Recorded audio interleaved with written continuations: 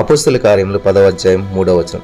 పగలు ఇంచుమించు 3 గంటల వేళ దేవుని దూత అతని యొద్దకు వచ్చి కొర్నేలి అని పిలుచుట దర్శనమందు తేటగా అతనికి కనబడెను. స్తోత్రం దేవా సర్వోన్నతుడా.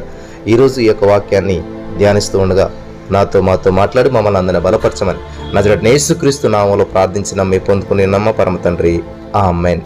నా ప్రియమైనటువంటి సహోదరి స్నేహితులారా, నిన్నటి కాల సమయంలో పేతురు గారికి వచ్చినటువంటి దర్శనంలో మరి చూసాం మనం. చతుస్పాద పక్షులు అంటే మీకు అందరికీ అర్థమైంది కదండి. సాంస్క్రిట్లో మనకి పెద్దవాడిని ఏమంటారంటే జ్యేష్ఠం అంటే ఏకత్వం అంటే ఒకటి, రెండవని ఏమంటారంటే ద్వితీయం 2, మూడవని ఏమంటారంటే తృతీయం, అలాగే నాలుగవ వాళ్ళు ఏమంటారంటే చతుర్థ లేకపోతే చతుస్పాదం. చతుర్ అంటే 4 అనమాట. కాబట్టి ఆ విధంగా చతుస్పాద పక్షులు అంటే 4 కాళ్ళు కలిగినటువంటివి అని చెప్పి మనం ధ్యానం చేసుకున్నాం.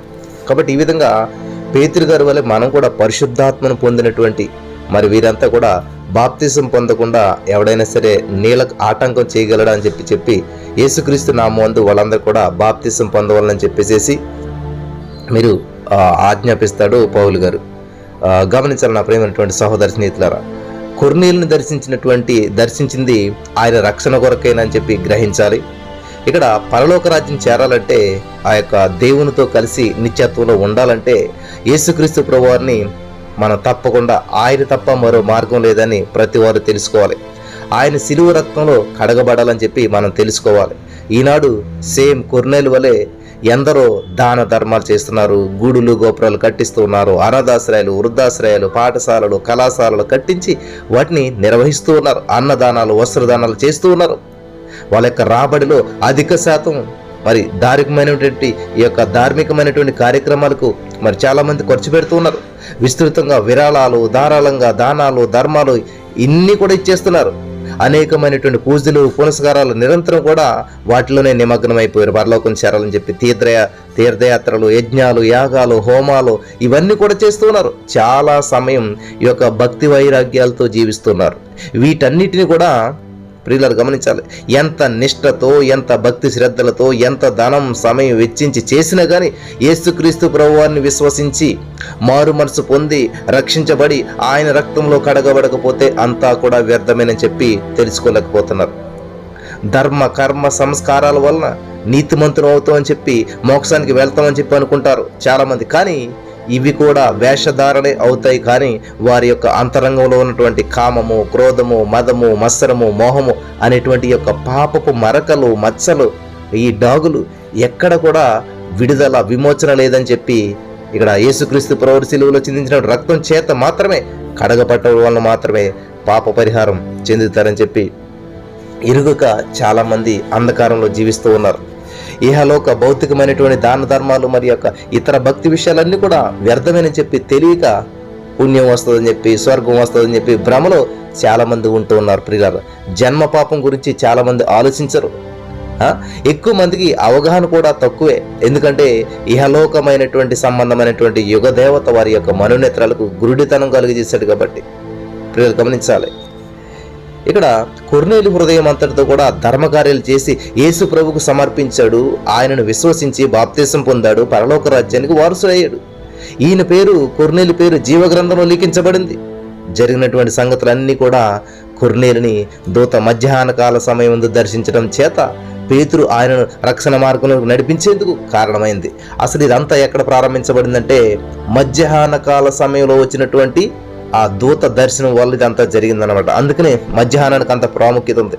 ఈ రోజున ఈ మాటలు వింటున్నటువంటి మీరు కూడా కొర్నేలు వల్లే ఆ మధ్యాహ్న కాల సమయంలో ప్రార్థన చేస్తే ఈ యొక్క మధ్యాహ్న కాల సమయంలో అద్భుతాలను మీరంతా కూడా చూడొచ్చు. మీ జీవితంలో, మీ భర్తల జీవితంలో, మీ కుటుంబాల్లో, మీ ఆర్థిక సమస్యలు, మీ అప్పుల్లో ఖచ్చితమైనటువంటి అద్భుతాలు మీరు చూడగలుగుతారు. కొర్నేలు వలె హృదయం అంతటితో మంచి మనసుతో యేసుక్రీస్తు ప్రభువారికి మొరపెట్టినట్లయితే, దేవుని స్తుతించినట్లయితే, కొర్నేలు ప్రార్థనను ఆలకించినటువంటి దేవుడు, అంగీకరించినటువంటి దేవుడు ఈ రోజున ఈ మధ్యాహ్న కాల సమయంలో ఎవరైతే మీ సమస్యల్లో, మీ ఇబ్బందుల్లో మీరు కూడా ప్రార్థన చేస్తూ ఉన్నారో మరి దేవుడు ప్రార్థన వింటాడు, మీ ప్రార్థన కూడా. ఎందుకు కావాల్సింది కొర్నేలు లాంటి యథార్థ హృదయం. దేవునికి స్తోత్రం కలుగును గాక. ప్రియులారా, మన యొక్క మరి మధ్యాహ్న కాల సమయంలో ప్రారంభంలో కొన్ని విషయాలు ధ్యానం చేస్తూ వచ్చి ఉన్నాం. కాబట్టి ఈ యొక్క మధ్యాహ్న కాల సమయంలో ప్రార్థనలో మీరు ఏకీభవిస్తూ ఉన్నప్పుడు, ప్రార్థనలో పాలు పంచుకుంటూ ఉన్నప్పుడు ప్రారంభంలో కొన్ని ఆటంకాలు, అడ్డంకులు, శోధనలు, శాతాను తప్పక తీసుకొస్తాడు. వీటిని జయించాలంటే మనకి పరిశుద్ధాత్మ దేవుని సహాయం కోరాలి. ఆయన పాద సన్నిధిలో మనం కనిపెట్టడం ద్వారా అధిగమించవచ్చు. నిన్ను నీవు మర్చిపోయి నీ ఆత్మలో ఆనంద డోలికల్లో తేలియాడవచ్చు నా ప్రియమైనటువంటి సహోదర స్నేహితులారా. హల్లెలూయా, దేవునికి స్తోత్రం కలుగును గాక. ఇది చాలా అద్భుతమైనటువంటి విషయం, చాలా జాగ్రత్తగా ఉండాలి. ఈరోజు కొర్నేలు గారి గురించి ఈరోజు మనం ముగించబోతున్నాం. కాబట్టి ఇక్కడ సంతోషంతో లేక సమస్యలతో ఉన్నప్పుడు మనం పరిసరాలను మర్చిపోతుంటాం అనే దానికి ఒక సంఘటన మీ ముందుకు తీసుకురావాలని చెప్పి ఆశపడుతున్నాను. చాలా జాగ్రత్తగా ఉన్నారు. చాలా సంవత్సరాల తర్వాత మరి ఒక సేవకుడు ఒక గృహాన్ని దర్శించడం జరిగిందంట. ఆ ఇంటి వాళ్ళు ఏం చేశారంటే మమ్మల్ని మరి ఈ యొక్క సేవకుల్ని ఎవరైతే ఉంటారో వాళ్ళని ఈ పాస్టర్ గారిని చూడటంతో ఎంతో సంతోషించి ఆహ్వానించారంట. ఇప్పుడైతే ప్రస్తుతం మరి కోడి మాంసం అన్ని స్థలాల్లో దొరుకుతుంది.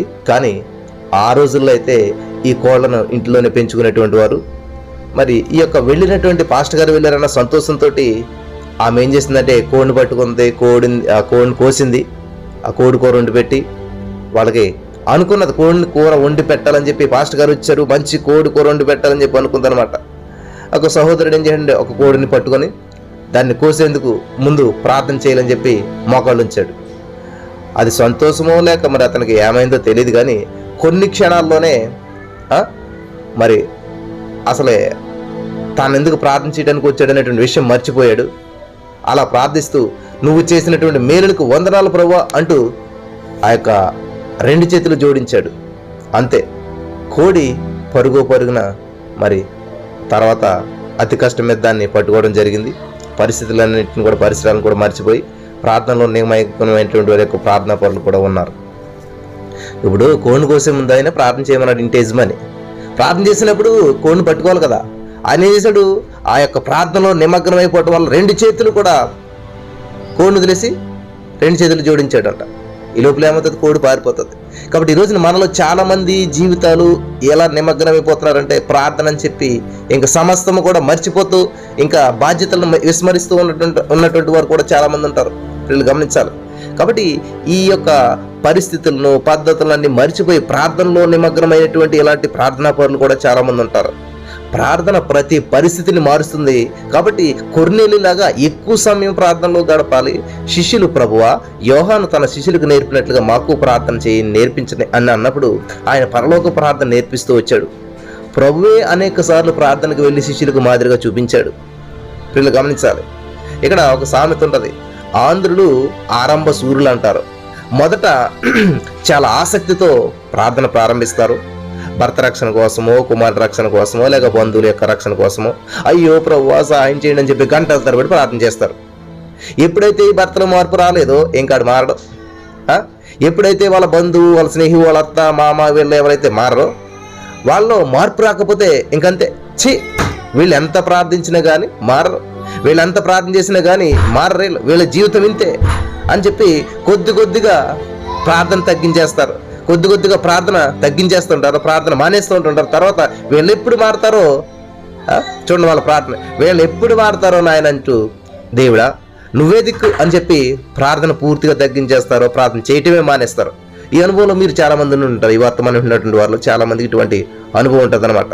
కాబట్టి సాతానుకు కావాల్సింది ఇదే, ఎడతెగక ప్రార్థన చేయండి, విసుగక ప్రార్థన చేయండి, ఆసక్తితో ప్రార్థన చేయండి, పట్టుదలతో ప్రార్థన చేయండి అనేటువంటి వాక్య భాగాలన్నిటినీ మర్చిపోయి ఏం చేస్తారు, అప్పుడప్పుడు ప్రార్థన చేస్తారు.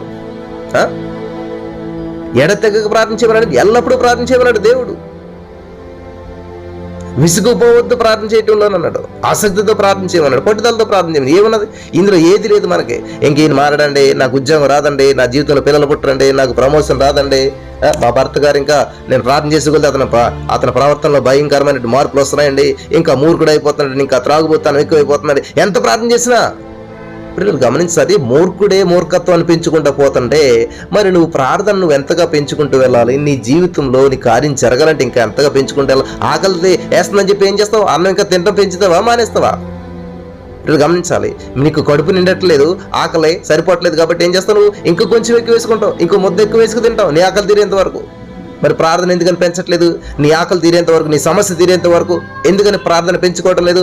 ఇంకా మా భర్త మారడండి, ఆయన అంతేనండి, లేకపోతే మా ఉద్యోగాల్లో పరిస్థితులు మారవండి, మా కుటుంబ సభ్యులు మారడండి, ఈ పరిస్థితులు అన్ని ఇంతేనండి. ఇంకా నేను ఎంత ప్రార్థన చేసినా నువ్వెవరు డిసైడ్ చేయడానికి? కాబట్టి ఈరోజు చాలా మంది జీవితాలు ఎట్లా ఉంటా కారణం ఏంటంటే వీళ్ళని జడ్జిమెంట్ చేస్తున్నారు, వీళ్ళ ఫైనల్ తీర్పిచ్చేస్తున్నారు. దేవుడు ఛాన్స్ ఇవ్వట్లేదు దేవుడికి.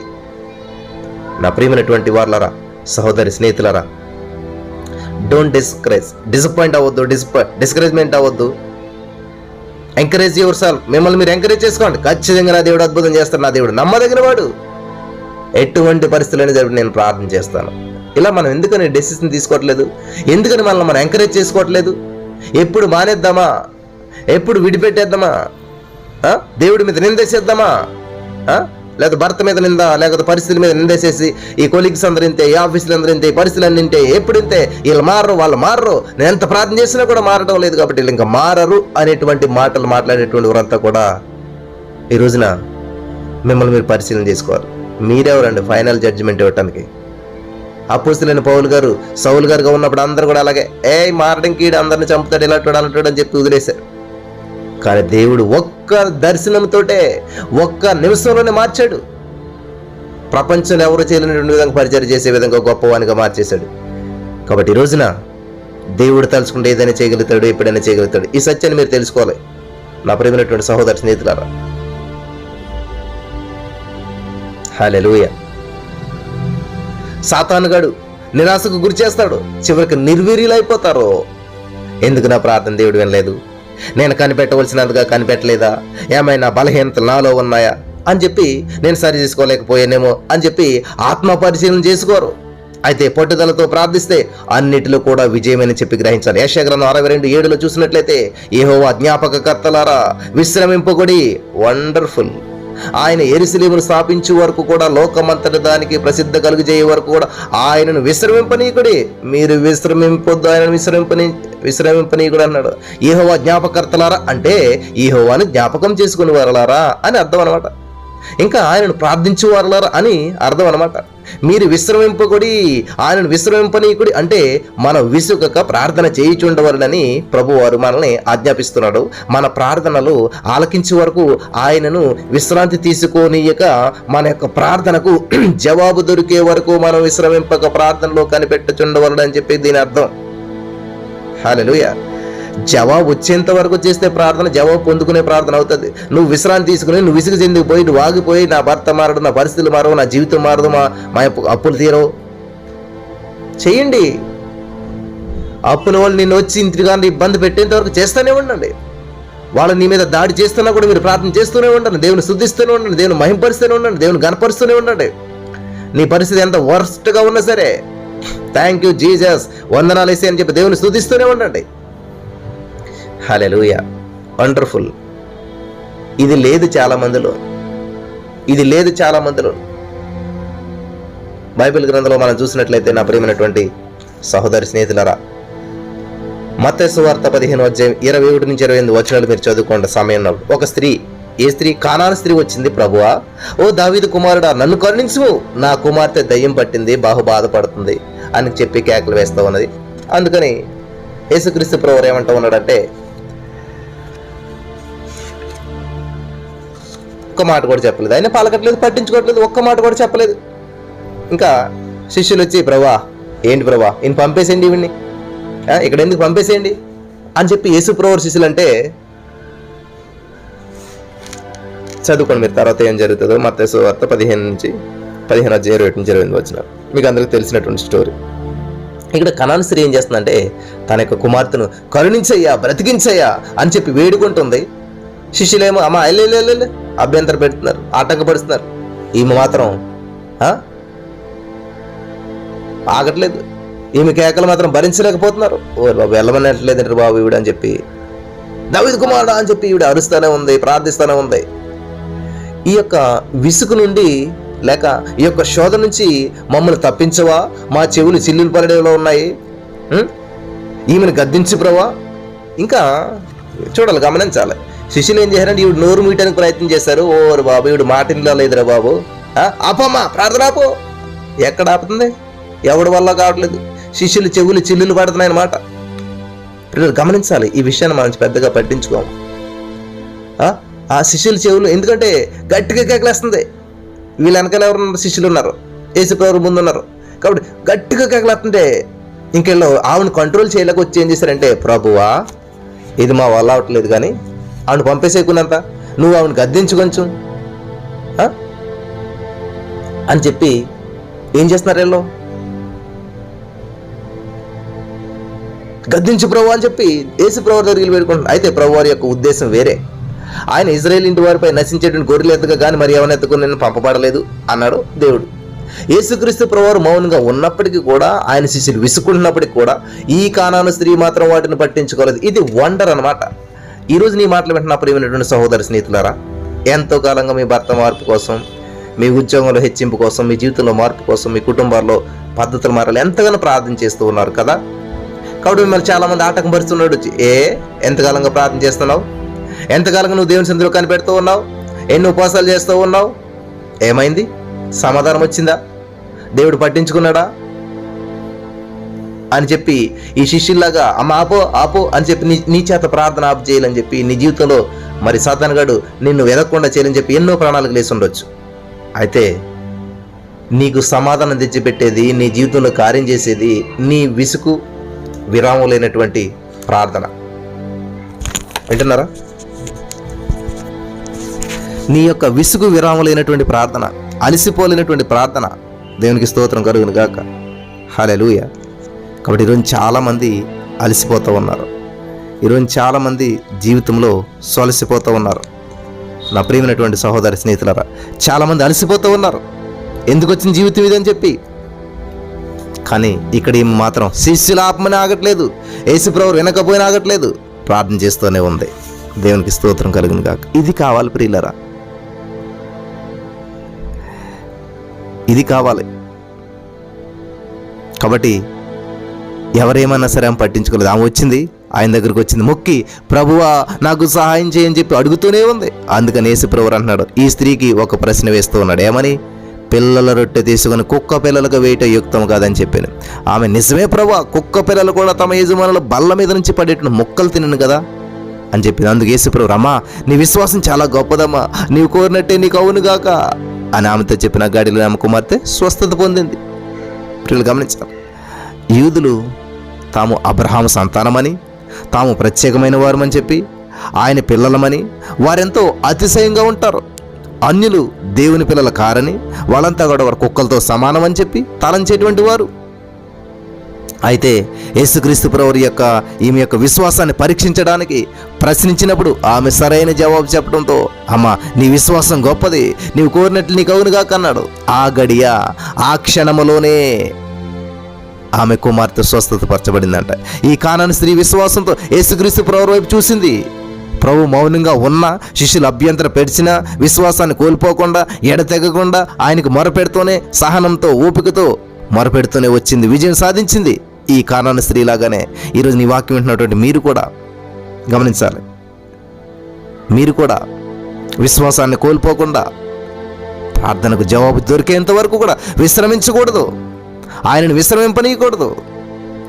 నీ వారు నిన్ను ఎవరు అభ్యంతరపరిచినా, నీ భర్త నిన్ను పట్టించుకోకపోయినా, నీ భర్త నీకు మరి వ్యతిరేకంగా ఉన్నా, ప్రార్థించే అవకాశం లేకపోయినా, యేసు వైపు చూసి పట్టు వదలకుండా ప్రార్థించండి, ఆయన తప్పకుండా మీ జవాబిస్తాడు. హల్లెలూయా. వారు విసుకక, ఇక్కడ లూకా సువార్త 18 మీరు 8 వచనాలు చదువుకోండి. అక్కడ దేవుడు ఒక ఎగ్జాంపుల్ చెప్తాడు. వారు విసుకక నిత్యము ప్రార్థన చేసి ఉండవలన్నట్టు ప్రభు శిష్యులతో ఈ ఉపమానం చెప్పుచున్నాడు. ఒక పట్టణంలో దేవునికి భయపడకయు మనుషులకు భయపడకయు లక్ష్య పెట్టుకుంటూ ఒక న్యాయాధిపతి ఉండినట. అదే పట్టణంలో ఒక విధవరాలు అతని ఎదుగు తరచుగా వచ్చి తనకు మరి తన ప్రతివాదికి న్యాయం తీర్చమని చెప్పి అడుగుతూ వచ్చినట. అతడు కొంతకాలం ఒప్పకపోయినట. అతడు, నేను దేవునికి భయపడక మనుషులు నక్షి పెట్టుకు ఉండినను, ఈ విధవరాలు నన్ను తొందర పెట్టుచున్నది కనుక మాటి మాటికి వచ్చి గోజాడుకున్నట్లు ఆమెకు న్యాయం తీర్చునని చెప్పి అతను అనుకున్నాడంట. అప్పుడు మళ్ళా ప్రభు ఇట్లా అన్నాడు, అన్యాయస్తులైనటువంటి ఆ న్యాయాధిపతిని చెప్పిన మాట వినుడి. దేవుడు తాను ఏర్పరచుకున్నటువంటి వారు దేవారాత్రులు తన గురించి మొరపెట్టుకొని చుండగా వారికి న్యాయం తీర్చడా? ఆయన వారికి త్వరగా న్యాయం తీర్చును, వారి విషయమే కదా ఆయన దీర్ఘశాంతం చూపుచున్నాడని చెప్పి మీతో చెప్పుచున్నానని చెప్పి లూకా సువార్త 18 మొదటి 8 వచనాలు మనం చూస్తూ ఉన్నాం. అలాగే మార్కు సువార్త 10 46 నుంచి 48 వచనాల వరకు మనం చూసినట్లయితే, తీమాయి కుమారుడు భర్తమై అను గ్రుడ్డి భిక్షకుడు త్రోవ పక్కన కూర్చుండును. ఈయన నజరేయుడైన యేసు అని వాడు విని, దావీదు కుమారుడా యేసు, నన్ను కరుణించమని చెప్పి కేకలు వేయటం మొదలుపెట్టాడు. ఊరకుండమని చెప్పి అనేకులు వారిని గద్దించారు. కానీ వాడు దావీదు కుమారుడా నన్ను కరుణించమని చెప్పి మరీ ఎక్కువగా కేకలు వేశాడు. ప్రియులు గమనించాలి, కనాను స్త్రీ విధవరాలు, తేమాయి కుమారుడు భర్తమై ఎడతెగక వేడుకుంటూ వచ్చాడు. హల్లెలూయా, వింటున్నారా? కనాను స్త్రీ విధవరాలు, తేమాయి కుమారుడు భర్తమై వీళ్ళంతా కూడా ఎడతెగకుండా వినేంత వరకు, దేవుడు జవాబు ఇచ్చేంత వరకు ఆపలేదు. మధ్యలో ఉన్న వాళ్ళు విసుగుపోలేదు, ఆపేయలేదు. కాబట్టి ప్రభు వారు మరో విని వారికి న్యాయం చేశాడు. హల్లెలూయా. నా ప్రియమైనటువంటి సహోదరి స్నేహితులారా, ఒక సేవకుడు ఒక ప్రాంతానికి వెళ్ళాడంట. అక్కడ ఆ ప్రాంతానికి కొత్తగా వెళ్ళాడంట. అక్కడ ఎవరు కూడా ఆ సేవకుడికి పరిచయం లేరంట. సేవకుడని మరి ఒక సేవకుడి పేర్లు మాత్రమే తెలుసంట. రాత్రి బైబిల్ చదువుకుని ఇలా ప్రార్థించాడంట ఆ సేవకుడు, ప్రభువా ఇది కొత్త ప్రాంతం, నాకు ఎవరో తెలీదు, నిద్ర కూడా వస్తుంది, దయతో నన్ను క్షమించమని చెప్పి 2 నిమిషాల్లో ప్రార్థన ముగించుకున్నాడంట. అప్పటికే ప్రభుకు లోబడతానని చెప్పి ఆయన మాట ఇచ్చాడంటే సేవకుడు. కాబట్టి మధ్యరాత్రిలో ఆయన ప్రభు ఆ సేవకుడితో మాట్లాడుతున్నాడంట. ఆ ఇంట్లో బల్ల అంటే టేబుల్ కనిపిస్తుందంట. దానిపైన ఉన్నటువంటి టెలిఫోన్, మరి దాని కింద ఆ టెలిఫోన్ డైరెక్టర్ చాలా స్పష్టంగా కనిపిస్తుందంట.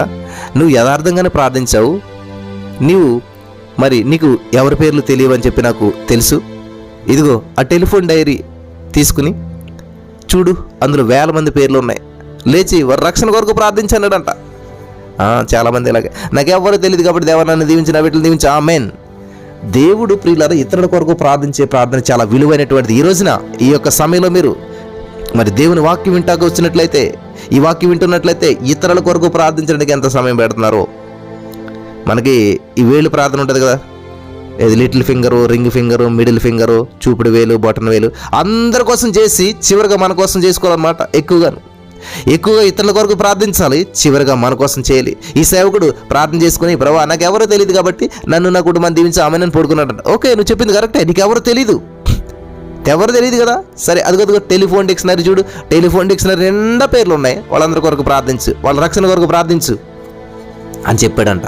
చూసారా ప్రియులారా, ఆ మధ్యరాత్రిలో లేచి కూర్చుని చాలా ఆశ్చర్యపోయాడంట ఈ సేవకుడు. ప్రభువా నేనేంటి, నా యోగ్యత ఏంటి, నన్ను దర్శించడం ఏంటి అని అనుకుంటుంటే ప్రభు అన్నాడంట, నీవు నన్ను యథార్థంగా ప్రార్థించావు, యథార్థవంతుల ప్రార్థన అంటే నాకు చాలా ఇష్టం అన్నాడంట. ఇది మొదట నమ్మలేకపోయాడంట ఆ సేవకుడు. అయితే యథార్థ హృదయంతో సత్యమే ప్రార్థించాను కాబట్టి ప్రభు నన్ను దర్శించాడని చెప్పి ఆ సేవకుడు ఎంతో సంతోషించాడంట.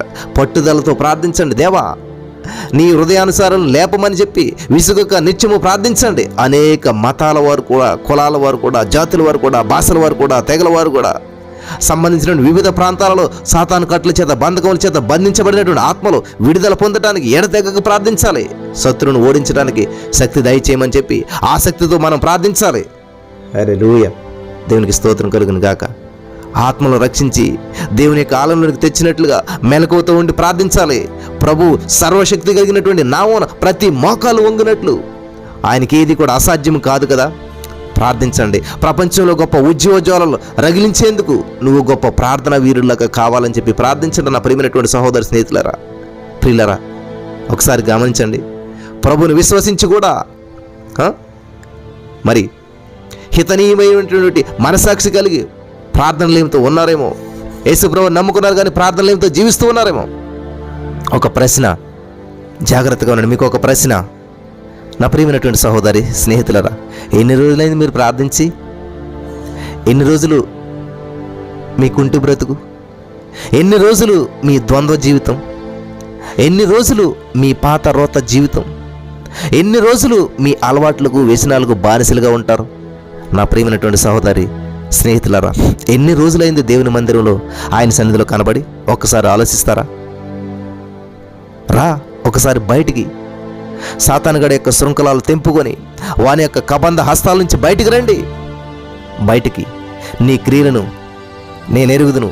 నువ్వు చల్లగానైనా వెచ్చగానైనా లేవు, నీవు నులివెచ్చగా ఉన్నావు. ప్రకటన 3:15-16 దేవుడు చెప్తున్నాడు. ఈ నులివెచ్చనటువంటి జీవితాన్ని బహు విషాదకరముగా ఉంది కాబట్టి నువ్వు వెచ్చగా ఉండాలంటే తప్పకుండా భారంతో ప్రార్థించాలి. కొర్నేలు వల్లే, పేతురు వల్లే మీరు కూడా ప్రార్థనా పరులుగా, ప్రార్థనా వీరులుగా ఉండాలని చెప్పి ప్రభు మిమ్మల్ని బ్రతిమాల్చున్నాడు. హల్లెలూయా. ప్రభు మిమ్మల్ని ఆహ్వానిస్తూ ఉన్నాడు. ప్రభు పేరట నేను మిమ్మల్ని అందరినీ కూడా బ్రతిమాల్చున్నాను. మీ జీవితాల్లో కూడా ఈ యొక్క మధ్యాహ్న కాల సమయం అద్భుతాలు, హల్లెలూయా, మీ జీవితంలో కూడా ఈ యొక్క మధ్యాహ్న కాల అద్భుతాలు చేయాలని చెప్పి ప్రియులారా రండి, ప్రార్థించి ఈ యొక్క మధ్యాహ్న కాల సమయ ఆశీర్వాదాలను మనమంతా కూడా అనుభవించుకుందాం. హల్లెలూయా. ప్రతివారు మోకరించండి, ప్రార్థించేద్దాం. యేసయ్యా, ఈ యొక్క మధ్యాహ్న కాల సమయంలో 3 గంటల సమయంలో ఎవరైతే మోకరించారో వారు విన్నపోవాలని వినమని ప్రార్థన చేస్తూ ఉన్నాం.